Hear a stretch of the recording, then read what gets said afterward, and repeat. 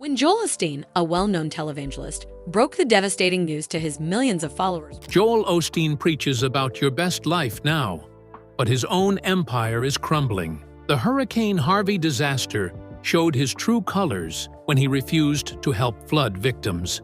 The church shooting exposed dangerous security gaps. Financial records reveal they spend more on TV broadcasts than helping the poor. Other pastors say he's not even preaching Christianity anymore. Meanwhile, the sources close to the family say there's another crisis brewing that could end his ministry forever. Here's everything going wrong with Joel Osteen. Joel Osteen was born on March 5, 1963, in Houston, Texas. He wasn't born into an ordinary family. He was one of 6 children in a home built on faith and big dreams. His father, John Osteen, had once been a traditional Southern Baptist pastor, but that changed just 4 years before Joel was born. In 1959, John left behind the old ways and started something new, what would become Lakewood Church. The Osteen family wasn't just busy, they were focused. His mother, Dodie, stood right beside John through every high and low. Joel grew up watching his parents handle challenges with faith. When his sister Lisa was born in 1958 with severe disabilities, it shook the family. But it also became a turning point. John and Dodie leaned hard into faith healing, and that shift became the heartbeat of their church. Joel had siblings who followed different paths, but each played a role in the family's growing influence. Lisa would go on to become an associate pastor at Lakewood. His brother Paul became a vascular surgeon and also served as a missionary. Their lives were rooted in service, shaped by early moments of hardship and deep belief. The story of Lakewood Church begins in the most unexpected way. In May 1959, on Mother's Day, John and Dodie opened the doors of a church inside an old feed store on the northeast side of Houston. It had just 234 seats. They called it Lakewood Baptist Church at first, but that name didn't stay long. The Baptist part was dropped, and the church became a place for people who believed in miracles and healing. By the end of the 1970s, Lakewood had over 5,000 members.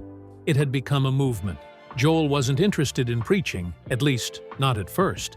He was quiet, even shy. In 1981, he graduated from Humble High School in the Houston area. He didn't stand out because of his voice or charisma.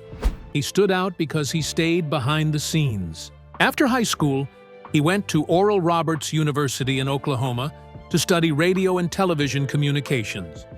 But he didn't finish. After less than a year, he dropped out. It wasn't because he lacked direction. It was because he already knew what he wanted to do. In 1982, when Joel was just 19, he came back to Houston. He wasn't planning to preach. Instead, he focused on something very few churches at the time understood: television. He launched Lakewood's TV ministry from scratch. One local station, one national cable channel, that was the beginning. For the next 17 years, Joel poured himself into that work. He filmed, he edited, he even tracked what his father wore on stage. He made sure every broadcast looked perfect. He believed the church's message should be just as polished as anything on network TV. His choice to skip college and dive into media wasn't a failure. It was a setup. Joel helped make Lakewood Church a household name before ever stepping behind the pulpit. He stayed out of the spotlight, but he was shaping how the world saw Lakewood, one broadcast at a time. At home, Joel lived in a world full of faith. His parents were more than pastors. They were examples. In 1981, his mother, Dodie, was diagnosed with terminal cancer. The doctors gave up, but the family didn't. Dodie survived, and that moment became part of their message: never stop believing. Prayer and positivity weren't just words. They were a way of life in the Osteen house. Even though Joel worked behind the camera, he was absorbing everything. He saw what worked. He saw how his father inspired people. Over time, he developed his own ideas, shaped not by seminary, but by editing hundreds of hours of sermons. He was learning without even realizing it. He never planned to preach. His father asked him many times. Each time, Joel said no. "Daddy, you're the preacher," he used to say. "Who can preach better than you?" But something changed in January 1999. That month, Joel finally agreed to speak. On January 17th, he gave his first sermon. He was nervous. He spoke fast. He shared family stories and jokes. He just wanted to connect. He didn't know what was coming. Just 6 days later, his father passed away from a sudden heart attack. It was a shock. Joel's first sermon turned out to be the last one his father would ever hear. John's death left a hole in the church. Lakewood had over 6,000 members and no clear successor. Joel had no experience preaching, no theological degree, and no real training. But the people looked to him. And even though he was grieving, even though he never wanted the role, Joel stepped forward. On June 7, 1999, less than half a year after his father's passing, Joel Osteen was officially installed as Lakewood Church's senior pastor. He had only preached a handful of times, but something had clicked. People responded. The church began to grow fast. Within just 5 years, that crowd of 6,000 had more than tripled. By 2004, the church was pulling between 25,000 and 30,000 people every single week. Lakewood had become the biggest church in the entire country. That didn't happen by accident. Joel doubled the church's spending on TV airtime. He fought for better time slots in major cities. He put Lakewood's name on billboards. And he made sure his sermons were uplifting and easy to follow. That mix of hope, media, and message turned Lakewood into something much bigger than just a local church. It was on the move. The original 8,000-seat sanctuary couldn't keep up. So Joel started thinking big. He wasn't shy about it either. He said out loud that one day Lakewood might welcome 100,000 people every weekend. At the time, that sounded almost ridiculous. But looking at how fast things were growing, it didn't feel impossible. Then came the boldest move of all. In 2003, Lakewood signed a 30-year lease on the Compaq Center. That was the old home of the Houston Rockets, the same arena where NBA championships were once won. Lakewood paid $12 million for the lease, with the option to extend it later for another 30 years at $22 million. But the real shock came with the renovation. The church committed to spending between $90 million and $95 million to completely transform the arena. In today's money, that's about $158 million. They didn't just slap on a few lights and call it a day. They tore the place apart. 5 new stories were added inside. Classrooms, media rooms, carpeting stretched for miles, indoor waterfalls. The place was rebuilt from the inside out. It took more than 15 months to finish. And in 2010, Lakewood bought the building outright for $7.5 million. Then came the big day. On July 16, 2005, Lakewood opened the doors to its brand new home. Every one of the 16,000 seats was full. Millions more watched from home. People who used to sit in that arena to watch basketball were now there to pray. Everything had changed. Attendance passed 40,000. TV viewers reached around 10 million across more than 100 countries. What had started as a small church in Northeast Houston was now a global powerhouse sitting in the middle of Greenway Plaza. But it wasn't just the building or the crowds. It was Joel's message. He didn't preach about sin or judgment like many others. He focused on something else: positivity, gratitude, self-worth. His sermons felt more like motivation than warnings. Some critics called it Christian light. Others said it lacked depth, but people showed up anyway. They tuned in, they read his books, and they kept coming back. When he released Your Best Life Now in October 2004, no one expected it to blow up the way it did. By December, just 3 months later, it had sold over 500,000 copies. In May 2005, it passed the 1 million mark. It stayed on the New York Times bestseller list for more than 200 weeks straight. That's almost 4 years. Today, it has sold over 4 million copies worldwide. Joel wasn't just preaching anymore. He was building a brand. He didn't take a salary from Lakewood after 2005, but he didn't need to. His books, 15 and counting, brought in millions. Just one of them, Become a Better You, made him $13 million. His live speaking events packed arenas. He could make between $100,000 and $200,000 for a single appearance. His merchandise sold in bulk. Books, CDs, clothes, gifts. He even turned his massive social media following, 25 million on Facebook, 10 million on Twitter, 5 million on Instagram, into another stream of revenue. Together, Joel and Victoria built a personal fortune, estimated at $100 million. In 2013, Joel launched his Night of Hope tour. This wasn't just another church service. It was a paid event. He booked NBA-sized arenas across the country. Tickets went for around $15 each. On March 11, 2013, he filled the American Airlines Arena in Miami. That building holds over 20,000 people. The tour kept growing. By 2019, it had reached London's Wembley Arena. And in 2017 alone, Lakewood spent $6.7 million on these events. Joel's approach to media was also different. Instead of limiting himself to Christian TV networks, he went mainstream. He showed up on Oprah. He sat down with Larry King. He appeared on Good Morning America.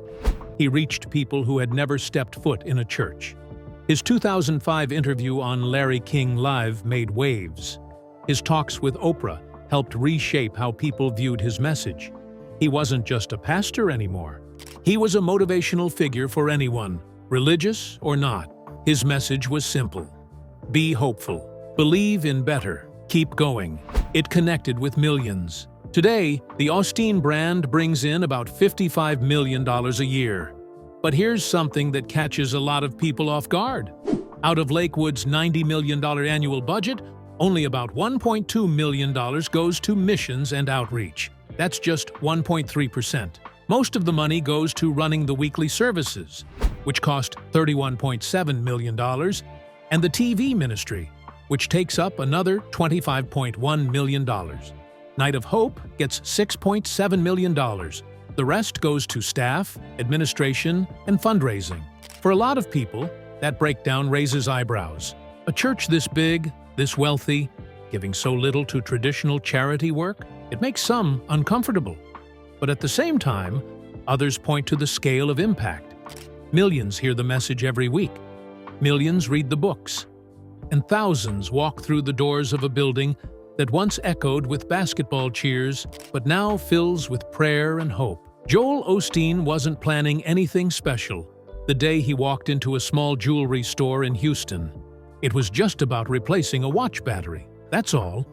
But standing behind the counter was Victoria Iloff, a young psychology student working at her mother's store. That one moment, April of 1985, would change everything. 2 years later, on April 4, 1987, they were married. At the time, Joel was still working quietly behind the scenes in his father's ministry. He wasn't on stage, he wasn't a celebrity, and Victoria, though raised in a home filled with faith, wasn't aiming for a life in the spotlight either. Her father was a NASA engineer who helped build the Saturn rocket. Her mother taught Sunday school. They were a family built on science and belief, structure and faith. That simple meeting in a store led to a partnership that now touches millions. For nearly 40 years, Joel and Victoria have stood side by side, guiding Lakewood Church through both admiration and controversy. What began with a tiny watch battery turned into a movement watched around the world. Victoria's own journey is just as surprising. She was born in Huntsville, Alabama in 1961, but her family moved to Houston when she was only 2. Her father had taken a job at NASA. Her early life was shaped by quiet routines and steady church traditions. When she met Joel, she had no idea she'd become a leading voice in one of the biggest churches in America. At first, she kept things simple, helping with offerings, managing background tasks, But in 2003, she started something big, the Lakewood Church Women's Ministry. That small start turned into something that now reaches thousands every year. Over time, her presence on stage grew stronger, her words broadcast across networks, her image streamed into homes. Then came her book. In 2008, she released Love Your Life, which debuted at #2 on the New York Times bestsellers list. Its first print run? A massive 750,000 copies. She went from clerk to co-pastor, from quiet helper to a key figure in American faith, and she did it with calm confidence. Joel and Victoria's children were born right into this growing whirlwind. Jonathan came first, on April 20th, 1995. Alexandra followed on November 9th, 1998. As Lakewood's influence expanded, so did the spotlight on their kids. But both of them stepped into that space in their own way. Jonathan studied film at the University of Texas at Austin, graduating in 2017. Even before that, he was already leading worship. By 2016, he and Alexandra were performing together for crowds as large as 45,000. One of those nights was America's Night of Hope in San Francisco. Jonathan didn't stop at music. He also became a songwriter and music producer, writing pieces for Lakewood's young adult albums. In 2019, he preached his first sermon on Father's Day. That moment marked a shift. From singer to speaker, Alexandra, too, stayed close to the heart of the ministry. She became a lead vocalist in Lakewood's worship band, El Waya. Their music began to spread fast online. Songs like I've Got a Fire reached hundreds of thousands on Spotify. The Osteen children weren't just riding their parents' wave, they were steering part of it, shaping the church's music and youth ministries in ways that connected with a new generation. Behind all this, though, there's something deeper going on. A message that's drawn millions, but also stirred a firestorm of criticism. Joel Osteen's preaching style, his theology, and the message he shares each week are closely tied to the word of faith and prosperity gospel movements. These teachings promise that faith can bring health, wealth, and success. Joel's version of that is clear. God wants you to live in abundance, not struggle. He says God's will is for you to pay your bills, stay out of debt, and live free of sickness. That idea is powerful, but also controversial. Some love it. Others say it's not just wrong, it's dangerous. Traditional Christian doctrine teaches that life includes suffering, that faith isn't about getting rich, and that not everything is in your control. But prosperity preaching turns that idea around. It suggests that your words and beliefs can pull blessings into your life, like flipping a switch. Joel's church has more than 40,000 attendees each week.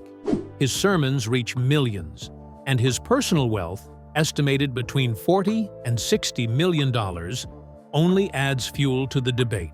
Critics argue that his message risks blaming the poor for their struggles, as if not being rich or healthy means you didn't believe hard enough. They say it changes Christianity into something soft and shallow, more about feeling good than about transformation. Joel often says he wants to encourage people. He wants to lift them up. But some theologians call it Christianity without a cross. He rarely talks about sin or hell or repentance. In interviews, he's admitted he avoids those topics. He focuses on hope, on becoming the best version of yourself. That's what fills his books and sermons. Uplifting words, self-help advice, messages about living positively. But critics say that style has a cost. It skips over the hardest parts of the Christian faith. It turns salvation into self-confidence. One scholar called it a message that produces happier pagans, not true believers. Even his fellow pastors have weighed in. Michael Horton, a professor of theology, called Osteen's message cotton candy gospel. Sweet, maybe, but not nourishing. He said Joel uses the Bible like a fortune cookie, looking for happy verses, and skipping the ones about suffering. Another theologian, J.I. Packer, pointed out that skipping repentance altogether is a red flag. Others agree. They say this isn't just a soft message, it's a distorted one.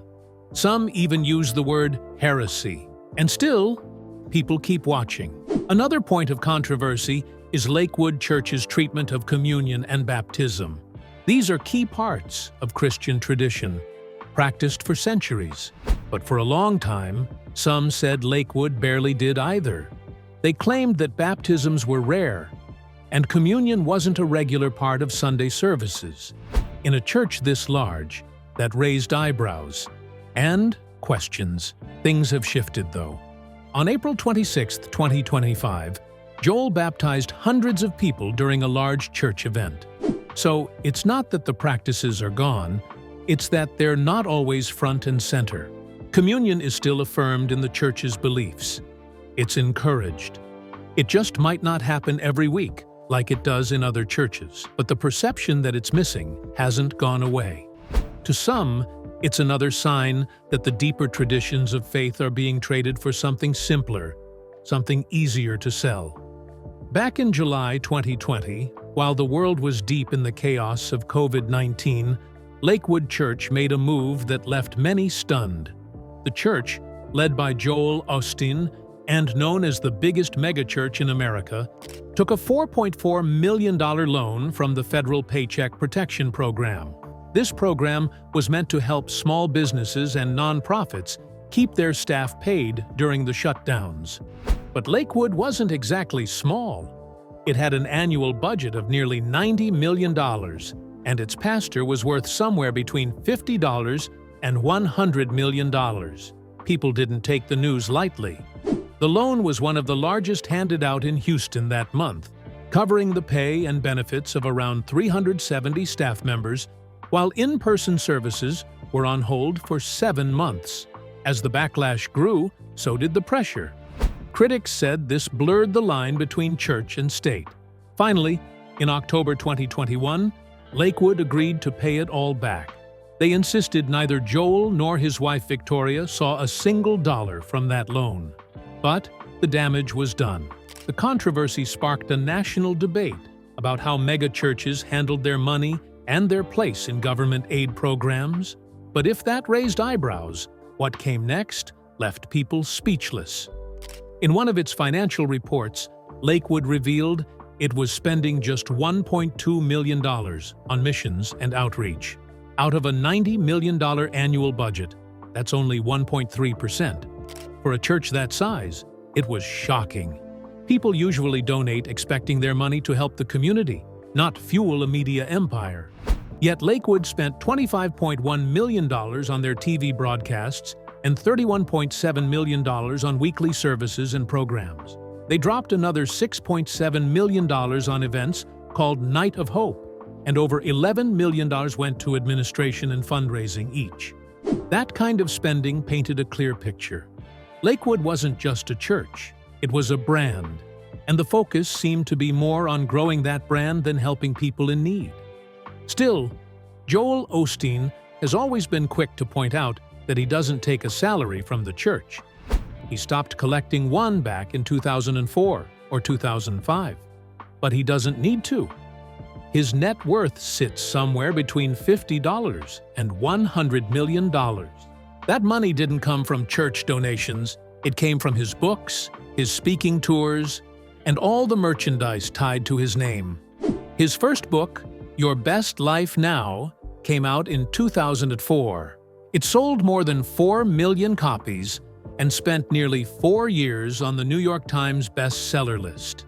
His second book brought in around $13 million in royalties and advances alone. Joel and Victoria live in a mansion in Houston that's over 17,000 square feet. They bought it for $10.5 million in 2010, and today it's worth as much as $16 million. They also own a second home, valued at about $3 million. In 1 year, they paid nearly $250,000 just in property taxes. So while Joel might not be on the church payroll, there's no denying he's made a fortune from his platform. Some admire it, Others see it as proof that something's deeply wrong. And then there's the lawsuit. In 2011, a New York-based band called the American Dollar filed a $3 million federal lawsuit against Lakewood Church. They claimed the church used a 58-second clip of their song, "Signaling Through the Flames," in a DVD commercial without permission. The license had expired earlier that year, in February. The band said this wasn't just about money. It was about being linked to a televangelist without their approval. The church argued it was a misunderstanding. They believed the license still covered the clip. In February 2012, a judge sided with Lakewood. The band got nothing, but the whole thing showed how massive and complex Lakewood's media operation had become. It wasn't just about sermons, it was a business, and one where even a few seconds of background music could spark a multi-million-dollar fight. 6 years later, another storm hit. Not a legal one, a real one. In August 2017, Hurricane Harvey ripped through Houston, displacing thousands. At the center of it all stood Lakewood Church, which used to be the Compact Center and could hold over 16,000 people. But the doors stayed shut. The church posted on Facebook that it was flooded and not accessible. Yet people started sharing photos and videos online. The area around the church looked dry. The streets were fine. The outrage was instant. The hashtag or Open Lakewood Church exploded across Twitter. Celebrities, locals, everyone was asking the same thing. Why hadn't Joel Osteen opened his church to help? Lakewood's team said they were waiting for official shelters to fill up. They also posted pictures of some water in the lower parts of the building, but it wasn't enough. The images didn't match what people were seeing. Meanwhile, local businesses like Mattress Max Gallery Furniture opened their doors right away. That comparison made Lakewood look even worse. Eventually, after days of pressure, the church opened as a shelter. But the delay stained Osteen's image in a way that still hasn't gone away. For many, it showed where the church's real priorities lay, and they weren't happy about it. Years passed, but the memory stuck. So in July 2025, when Hurricane Beryl hit Houston and knocked out power for millions, people were watching Lakewood again. This time, the church did respond. They handed out 40,000 bottles of water. They opened up to help people cool off. They fed hundreds. But it didn't matter. Memes and jokes started flying online. People were saying, "He's locking the doors again." Even when he wasn't. Some posted pictures of Osteen's mansion, sarcastically asking if that was open too. One church member admitted they were shocked the building was actually open this time. That moment showed something deeper. Even when Lakewood tried to help, the past haunted them. One mistake during Harvey had created a trust gap they still couldn't close. And finally, there's the story that might be the hardest to shake off. It happened in 2014. A family came forward with a lawsuit against Lakewood Church, claiming something terrible had happened during a service. They said one of the ushers grabbed their 18-month-old daughter's safety seat, with her still in it, and threw it off a pew. The child landed face first on the floor.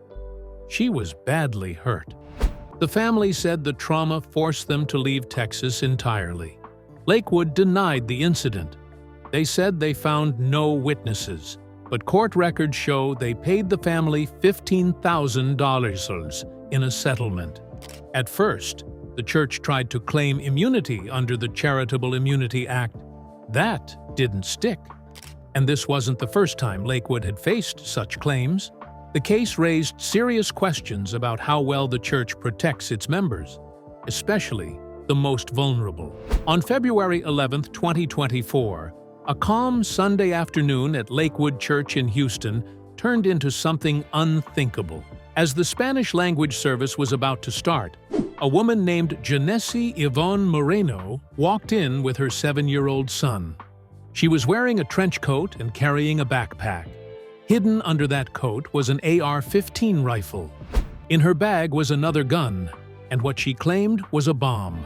At exactly 1:53 p.m., she opened fire. She was standing in a hallway just outside the worship area. In seconds, she shot around 30 rounds. A 47-year-old man was hit in the leg. People screamed as two off-duty officers working as security rushed in.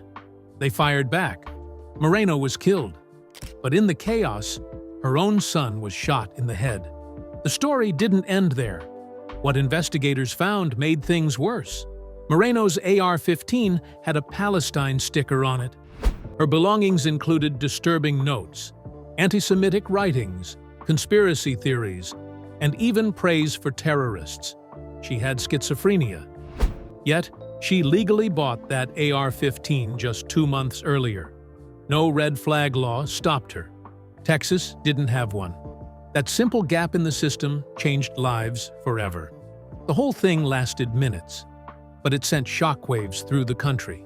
And the most painful part? Samuel's injuries were catastrophic. A bullet ripped through his skull. Half of it had to be removed. In just 24 hours, he went through 2 brain surgeries. A large part of his frontal lobe, the part that controls personality and decision-making, was gone. During surgery, his heart stopped multiple times. For weeks, doctors couldn't even check his brain activity. His scalp was too fragile for EEG wires. He was taken off a ventilator after 13 days.